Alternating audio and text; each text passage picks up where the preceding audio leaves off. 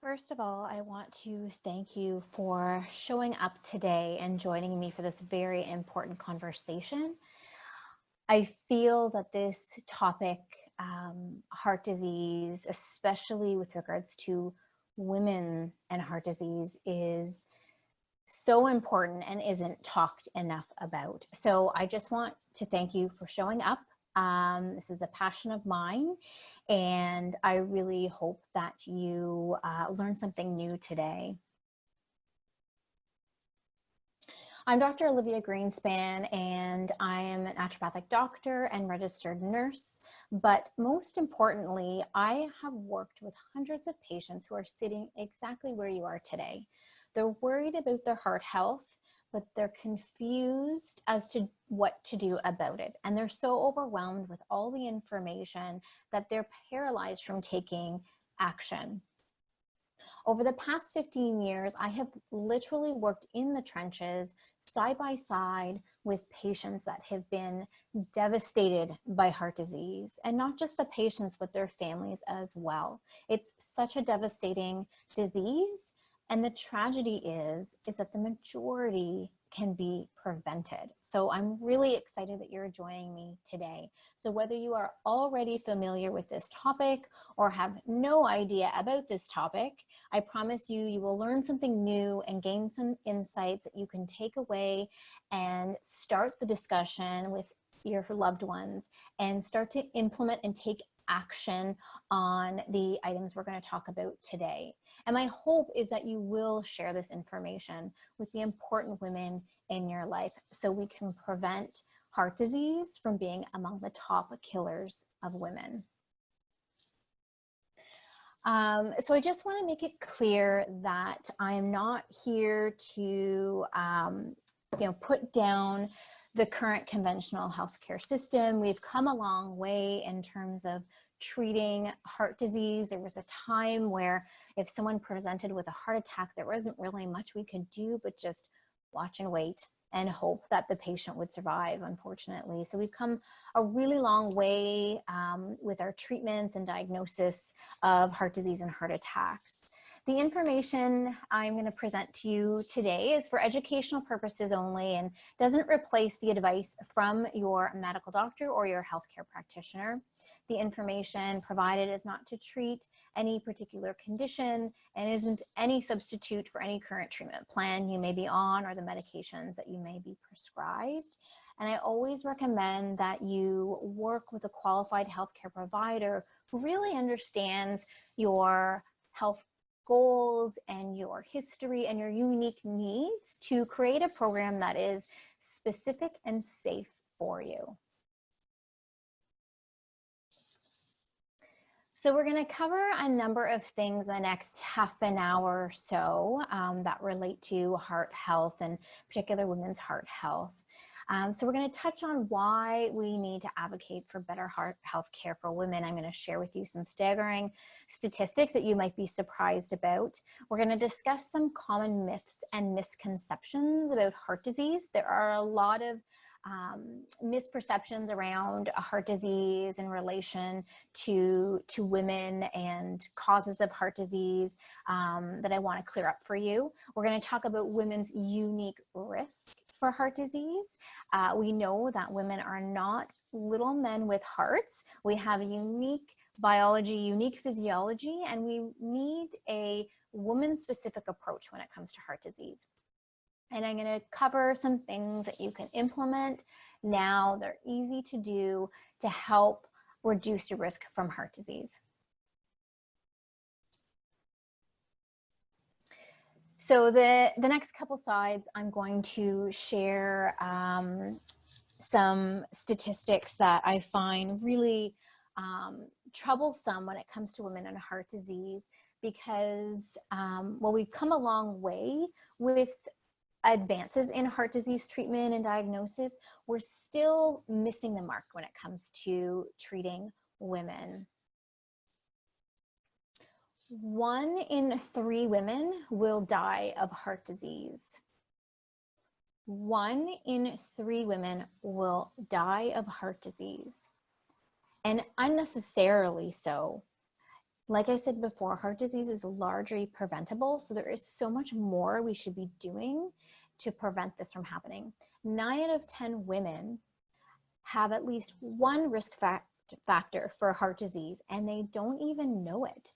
So a lot of the risk factors for heart disease, some of them being hypertension, elevated cholesterol, high blood pressure, people generally feel totally fine, and they don't really realize that these changes are happening that are putting them at risk. 64% of women who die of a heart attack have no previous symptoms. And sadly, not just for women, but for men as well, the first sign of heart disease is a heart attack. And in 78% of women, early signs of a heart attack are missed. And this is really disheartening that in so many women, these early signs are missed, and so many women as a result are having heart attacks. We need to get better at this.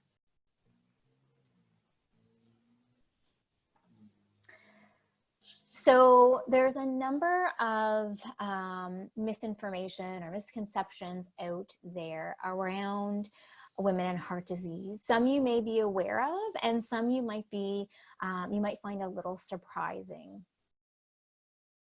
So the symptoms for a heart attack in men and women, some people still think that that they present the same, but in fact, a lot of times women present differently with their symptoms. And as I had mentioned before, the early heart attack signs were missed in 78% of women because we're still not super great at identifying when the cardiovascular system is a problem in women, and these sort of atypical signs can show up and sometimes are missed. And some of these early signs can be unusual fatigue in a woman, and I know that women are often super busy. They're often tired because they're taking care of their families, their aging parents. They may have little ones at home, and so it's not surprising that a lot of women might be quite tired, but it's this fatigue that's sort of unusual, out of the blue. It often will accompany other symptoms as well, such as shortness of breath. Sometimes women can present with shortness of breath with very little exertion, or something that's a change from the norm. So before, perhaps, it was easy enough for you to climb the stairs, or it was easy for you to run your 10K or whatever it might be. And now all of a sudden it's starting to get more and more difficult, and nothing else has really changed for you. And maybe it's accompanied by other symptoms such as sweating or dizziness or a bit of discomfort. These can be signs that something's going on for you. And as well, a lot of patients, or a lot of people, believe that the first sign of a heart attack is this crushing chest pain, or like an elephant sitting on your chest. And I've heard that expression used a lot, more so for men. Women do get it as well, but women tend to get more neck pain or jaw pain or some back pain. They may also get some indigestion as well. So I've heard both men and women present thinking that, it's just they ate a big meal and it's just some heartburn. It just doesn't go away. And in fact, this could actually be a heart attack, or that blood flow is being diminished and there isn't enough blood flow to that heart tissue and that heart muscle. And so that sign of that discomfort is the heart screaming out for help.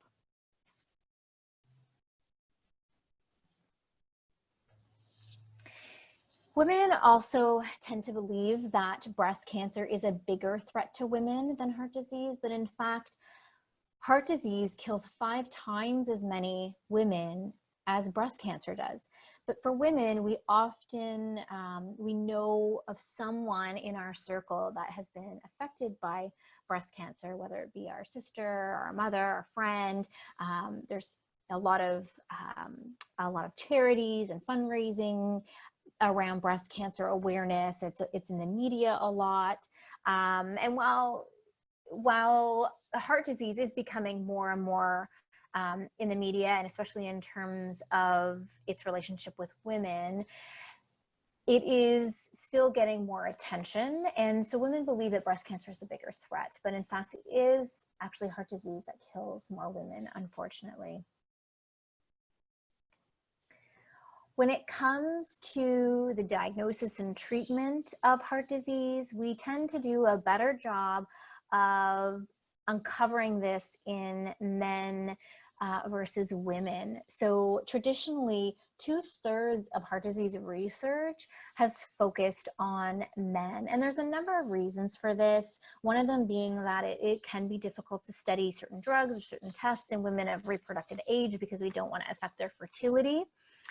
If they're within childbearing age. Women also have multiple responsibilities. Again, taking care of their children, taking care of their families, their aging parents, having working full time.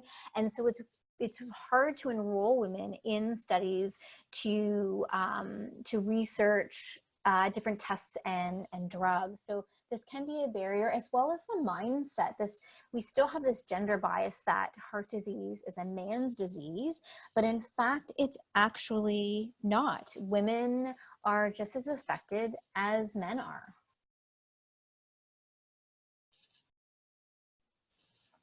Heart disease can also show up differently in women than men. There's different types of heart disease that can show up. And one of them being a type of heart disease where a woman may present with a lot of chest pain or may have a heart attack. But when they go in and actually look at the arteries, there is no obstruction. There is no blockage of blood flow. Also, the smaller arteries of the heart, the tinier branches, I like to call it the sprinkler system of the heart muscle, tends to be more affected in women, and something called endothelial dysfunction tends to appear more common in women, which is different than men as well. And it can be hard to diagnose with your basic angiogram. That's common to rule out an obstruction if someone has had a heart attack or chest pain.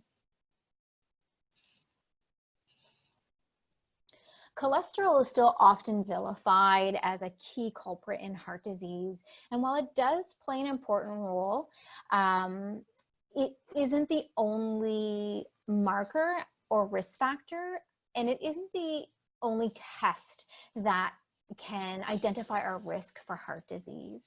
So when it comes to cholesterol, it can actually be the packages that this cholesterol is carried in, or fats are carried in our blood, in our circulation, that can be the problem.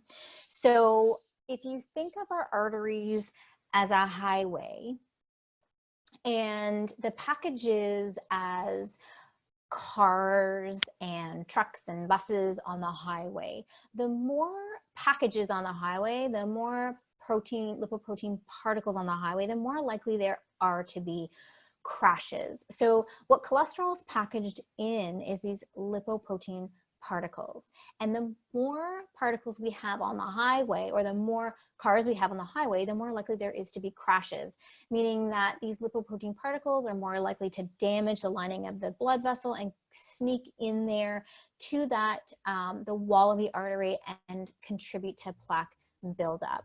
We also want larger, more buoyant beach ball type particles than smaller, dense golf ball like particles.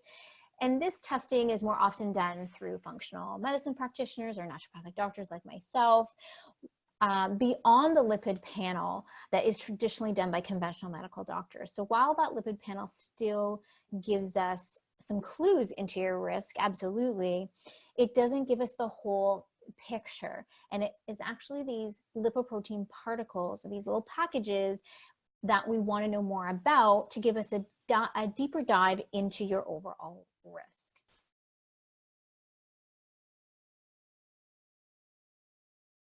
So we've talked about the staggering statistics around women and heart disease.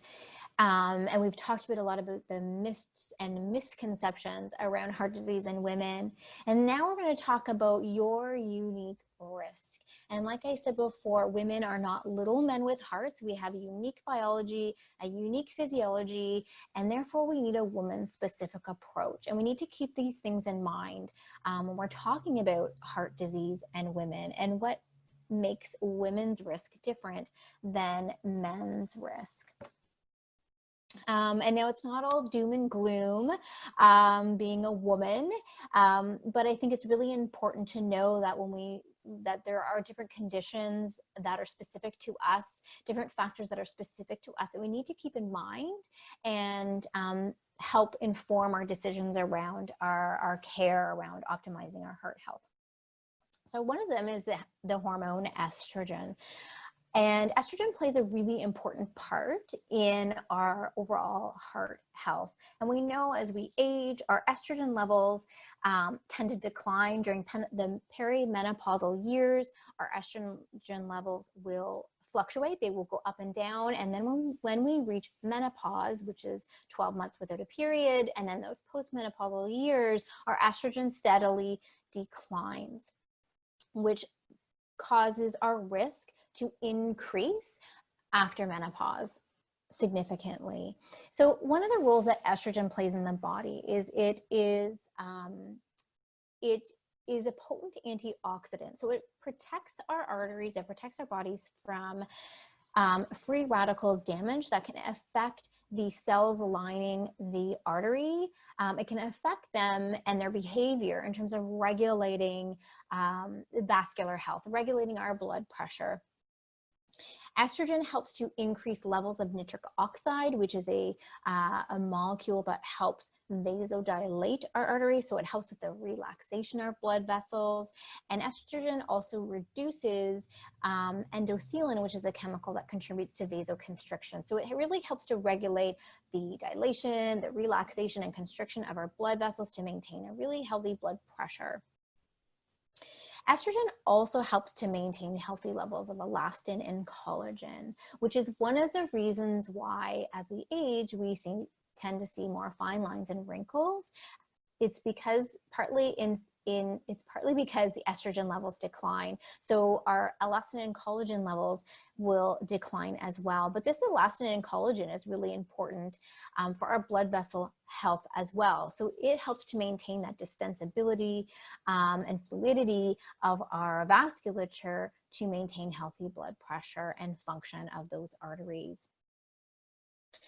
It also affects our salt sensitivity. So we know that salt can contribute to blood pressure, but for some, salt can raise blood pressure even more than others. Some people are more salt sensitive, and estrogen can play a role in that. So as we age and we hit menopause, our sensitivity to salt can increase, making our blood pressure behave more erratically when we eat salt or high salt diets. We have 60,000 miles of blood vessels in our body, and this endothelium is one cell thick and lines the entire 60,000 miles of blood vessels in our body. And this is a very protective layer in affecting the behavior and the health of our vascular system. And estrogen plays a really important role in keeping that endothelial lining good and healthy. Autoimmune diseases are also more common among women, in particular diseases such as rheumatoid arthritis and lupus, which create more inflammation in our body. And this inflammation puts a significant risk or a significant burden on our bodies and our cardiovascular system. So people that have these conditions also need to think about their heart health and be asking their doctors what else can they do to prevent cardiovascular disease from happening. Stress and mental health conditions are also more common among women than men, although it is a significant issue in men as well, and isn't talked about enough. When it comes to women, again, we also often have multiple responsibilities. We're not putting ourselves first. Which can also lead to our unhealthy moods, or can contribute to depression or exacerbate depression and anxiety. And all of these also place an impact on our cardiovascular system. Now, pregnancy, we know, unfortunately, can only occur in women and not in men. So this is also very unique to women. Conditions in pregnancy and can be very common. Pregnancy is like a stress test for the cardiovascular system. And things like high blood sugar can show itself when people are pregnant. And when women start to have blood sugar issues or high blood pressure during pregnancy, this can increase the risk significantly for heart disease later on in life. And I know in conversation with a lot of my female patients, they don't realize this, because for a lot of women, they may have something called gestational diabetes, which is high blood sugar in pregnancy. They may have that during their pregnancy, and as well as hypertension. And then after their pregnancy is over and they give birth to their baby, things begin to normalize again. And so they believe that the risk goes away, but in fact, the risk is still there. So it's particularly important if you have had gestational diabetes or hypertension in pregnancy. It's very important that you have this conversation with your healthcare provider in terms of how to further decrease your risk of cardiovascular disease later in life. Gestational diabetes has been associated with an increased risk of heart disease 25 years after delivery. Also, having multiple miscarriages puts patients at risk for heart disease later on. And something that can contribute to infertility is polycystic ovarian syndrome, which is characterized by things like high testosterone leading to excess hair growth, acne. Women can have irregular or missed periods, but there's also a considerable blood sugar, insulin dysregulation that happens in this condition as well, which can also increase cardiovascular risk. So these things I find are not talked about as much as risk factors. We often hear your traditional risk factors as high blood pressure and cholesterol, family history, diabetes, as sort of those as top of mind. And in fact, our pregnancy history is just as important. So we've talked about the unfortunate statistics around women and heart disease. We've talked a lot about the myths and misconceptions around heart disease. We've talked about what makes you unique in terms of your risk for heart disease. So now we're going to talk about the things that we can do to reduce this risk. It's not rocket science. We're going to talk about basic lifestyle things and numbers that you need to know and strive to achieve to reduce your risk for heart disease. So a lot of the patients that I see in the hospital, a lot do have a family history. Maybe their mother or their father, their brother, they've had a heart attack at a young age. And my patients, I see this celebration when they've reached their 55th birthday, because at 54, their brother or their mother has passed away from a heart attack. And this is really unfortunate, because we have a lot more control over our genetic destiny than we are told or that we really believe. And Mark Hyman says that the environment that our genes are in are more important than the genes themselves. The environment that our genes are in are more important than the genes themselves. So I just ask you to think about that for a moment. What environment are your genes in? Are they in an environment that is full of highly processed foods? Are your genes in an environment that is terribly sleep deprived, that isn't getting enough activity, that is full of stress, full of toxins? What environment Are your genes in, or are your genes in an environment where you are getting regular activity, you are eating well, you are making sleep a priority? I ask you to think about that. And we're going to talk about ways we can improve this environment and these ways that are evidence-based.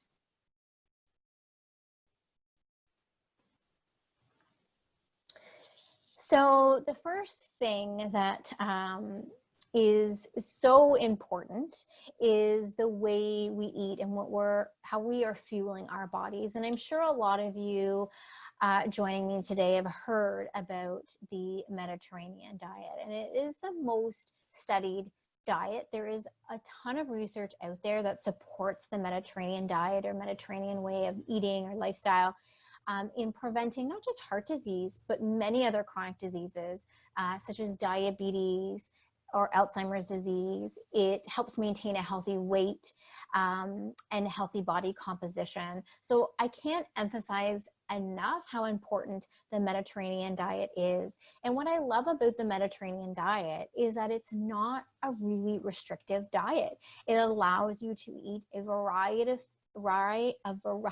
foods from a variety of categories so that you are satisfied. And the interesting thing is that the Mediterranean diet can reduce your risk for heart disease about as much as statin medications like Crestor or Lipitor. So I often talk and emphasize this way of eating with our patients. And the main thing is eating a variety of foods from a variety of categories, and it's predominantly a plant-based way of eating. So we're eating multiple types of vegetables. We're not eating the same thing every day. We're having variety. We're having a bit of fruit. We're having those healthy fats such as avocado oil, healthy fats from our nuts and seeds, our almonds, our walnuts, making sure that they're raw. We're eating grains. We're not eliminating grains. So we're eating whole grains. And I suggest that you try a variety of grains. So not just your traditional, rice grains or quinoa, but things like buckwheat and millet and amaranth to add variety to your diet and extra nutrients and fiber. It incorporates seafoods, lots of seafood, your healthy fish, so herring, mackerel, sardines, anchovies, salmon, all really good sources of your omega fatty acids, which are particularly heart healthy. It's not eliminating dairy, so you can have small amounts of dairy, small amounts of poultry, small amounts of meat, but it's not a staple in the diet. It's not every meal every day. It might be a few times a week, but really focusing on the bottom part of the pyramid and focusing on those plants. And the other key thing is that those that enjoy a Mediterranean diet are enjoying it with their family. So they're taking time out to cook with their families, to eat with their families instead of eating on the run all the time. It incorporates regular activity, and you can still enjoy a treat from time to time. You can still enjoy that glass of wine. It's not a depriving way of eating, which is why I like it so much.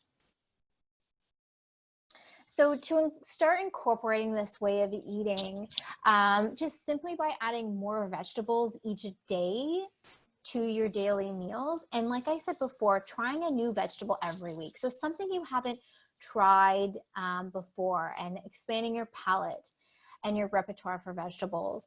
Having cold pressed extra virgin olive oil every day. Really great for blood pressure as well. It's really good to protect that endothelial lining, so it's good and healthy and it's behaving appropriately. Switch out refined carbohydrates such as a lot of crackers and rices for those whole grains, like I suggested before. Trying different things, buckwheat, barley, getting in some steel cut oats are some great options. And having a vegetarian meal a week or a vegetarian day a week where you're not having animal products, you're not having meats, and you're substituting for beans and legumes and lentils to get that protein in there. Also reducing your intake of sugars and refined carbohydrates, and swapping out your usual sweet treat for some fruit. Berries are a particularly great way to boost your cardiovascular health. They're low in sugar, they're full of antioxidants. Again, they help protect that endothelial lining, but I always suggest to choose your berries organic. Frozen is fine because they are heavily sprayed in pesticides.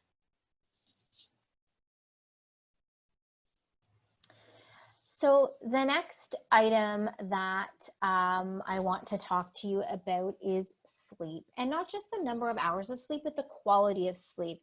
That 7 to 9 hours is sort of the golden number, but making sure it's quality sleep. Sleep is important for regulating cortisol, and when our cortisol levels are high, that also impairs weight loss. When we're really tired and we're dragging our butts through the week, that's often when we choose unhealthy foods for quick energy. It also affects our mood, so we can't underestimate sleep. And some of the key things to start with when we're talking about sleep is really just establishing a great sleep routine. So picking a wake up time that makes sense for you in your schedule, and counting back to aim for that 7 to 9 hours, and being consistent with that. Even a 90-minute variation in what time you're going to bed can have an impact on your heart. So trying to be consistent as possible. Try to avoid the staying up late on the weekends and sleeping in, because that can wreak havoc on your body over time. So try to be consistent as possible. Turn down the lights in the evening to mimic the sun going down. Try to avoid electronics at least an hour before bed. Be off your phone, be off your computer, listen to something relaxing, do some meditation. But establishing that sleep routine is super critical. And I guarantee you, once you get on that routine, you will stick with it. You will feel absolutely better. The next piece, of course, is exercise, but I do want to emphasize that you need to have all these pieces in place, and you can't out-exercise a bad diet. So I know for a lot of you that are runners, exercise, you're probably getting a lot of exercise, but changing it up and stressing your body in different ways is really, really important. And making sure you're reaching your target heart rate. Oh, and I just want to go back to this questionnaire. It's called the Stop Bang questionnaire. So one of the key risks with heart disease can be sleep apnea, and a lot of people don't realize that they have it. And I feel like a lot of people are underdiagnosed and maybe not getting evaluated for it. So if you're someone that wakes up gasping, your partner tells you that you're waking up gasping in the night, or you're waking up extremely tired in the morning, no matter how much sleep you're getting, or you're falling asleep, or you're needing to really take a nap during the day, I urge you to take this questionnaire. At the end, I have the website, but it's called the Stop Bang questionnaire, and you can Google it. But it goes through a series of questions to evaluate your risk and can identify those who need some further treatment. So I encourage you, if you're one of those people I had mentioned, to do this. So as I mentioned before, your target heart rate is really important for cardiovascular health. So when it comes to exercise, it doesn't need to be an hour every day of grueling intensity exercise. 150 minutes per week total at a moderate intensity is the minimum you need to achieve for cardiovascular health. And how you calculate your target heart rate is in this equation here. So you just take 220 and you minus your age, and then you take that number and you multiply it by 65% and then 75% to get your range. So if you're a 50-year-old woman, you can subtract 50 from 220, which gives you 170, and then you can multiply that by 65% and 75%, and you get your target heart rate. So when you're exercising, you want to stop for a moment, for about 30 seconds, even a minute, and check your heart rate and see if you're in that target range, because that is the place that you want to aim for cardiovascular health. You can even up your game and do 75 minutes a week of high intensity training as well. And make sure that you're also getting strength exercises in there as well. So whether that's using weights or your own body weight to achieve that resistance bands, make sure you're getting at least 2 to 3 times a week of strength exercises, and as well as some stretching just for overall improving of blood flow and joint health and any discomfort that you might have. So the next piece is really knowing your numbers. So we're going to talk about some key numbers aside from lab testing, which is a whole other webinar we can do, but some key numbers that you can aim to achieve. And I suggest, especially if you're an older woman, in midlife, in investing in a good blood pressure monitor. And you can get them for $200 or even less. And you can go on the Hypertension Canada website, and there's a list of approved devices. So aiming for a blood pressure of 120/80 or even lower is going to confer a significant lower risk of heart disease for you.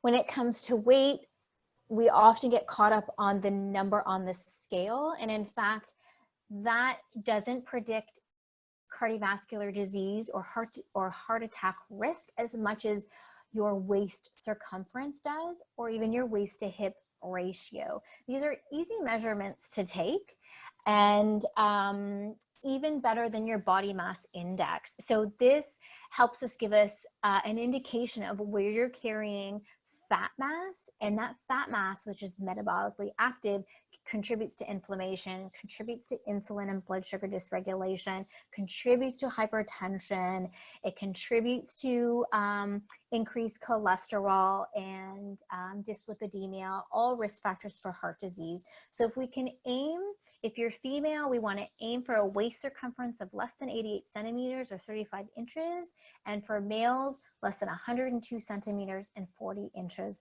for men. A waist to hip ratio of less than 0.85 for women also significantly reduces your risk for heart disease and heart attacks, and less than 0.9 for men. And it's a simple measurement that you can do, just measuring around your belly button or halfway between your hip and the bottom of your ribs, and aiming for these numbers is going to optimize your overall heart health. And also your waist to height ratio. So making sure it's less than 0.5 is another indicator of your risk. So we have talked a lot in the past half an hour. There's so much more we can dive into. We can get into so much detail about each of those things that I've discussed today with you. But what I want to give you is the free 10-day mini course. So through this course, it's less than 10 minutes a day. It's for 10 days, an email a day, 10 different ways. And I've noticed I have a spelling error on that slide, so my apologies. But we're going to go through different aspects of heart health and how to optimize each of these risk factors for you. We're going to have there's highly actionable steps, and it will go into a little bit more detail into things that we've covered today and things that I haven't talked to you today about. So I guarantee that you will learn a bit more information to help increase your literacy around heart disease and women. So you can go to droliviand.com/mini training to get that course, and it's mini-training. So I've put up here a few resources for you as well. So hypertension.ca, that's a good resource for finding a good blood pressure monitor, and also instructions on how to accurately measure your blood pressure.